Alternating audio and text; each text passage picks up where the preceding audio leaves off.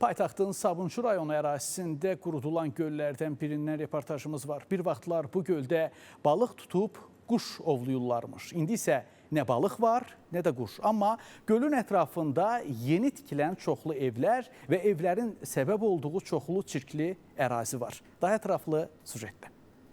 Bu gölün ərazisi əvvəl necə idi, indi necədir? Əvvəl böyük idi, indi də balacalaşıb da.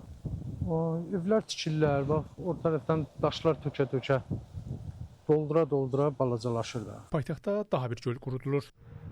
Görüntülər Sabunçu rayonu Pirşağı qəsəbəsində yerləşən Pirşağı gölündəndir. Ətrafı yaşayış evləri ilə əhatələnən göl uzun müddətdir ki, sakinlər tərəfindən çirklənməyə məruz qalıb. Eyni zamanda gölün ərazisi son illər əhəmiyyətli dərəcədə azaldılıb. Paytaxtda qapalı su hövzələrindən biri Pirşağı adlanan gölün ərazisindəyik. Hansı ki, son illərə qədər gölün su hissəsi bizim avtomobilin dayandığı əraziyə qədər olub. Ancaq bir neçə il ərzində gölün su hissəsi xüsusi işbazlar tərəfindən bu formada qurudularaq ev tikilməsi üçün doldurulub. Paytaxt sakini Elnur Həsənov deyir ki, göl məqsədli şəkildə qurudulub.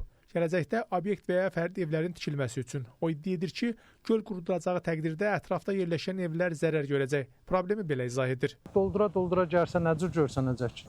Evlər bir ayağı gölün içinə çatır. Və solda da var.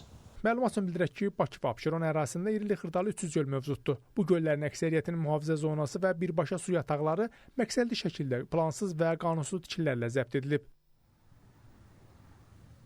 Müşahidələr də onu göstərir ki, göl tək bu tərəfdən deyil, dörd bir tərəfdən qurudularaq yerlərində ev tikilib.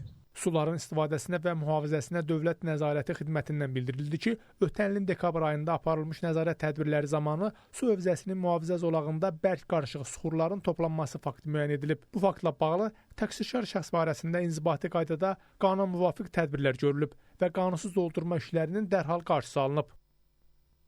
Eyni zamanda ərazinin əvvəlki vəziyyətinə qaytarılması və gələcəkdə bu kimi halların baş verməsinin qarşısının alınması məqsədi ilə aidiyyəti üzrə rayon icra hakimiyyətinə, rayon polis idarəsinə, bələdiyyə və digər aidiyyəti orqanlara səlahiyyətləri çərçivəsində müvafiq tədbirlər görülməsi üçün müraciətlər edilmişdi.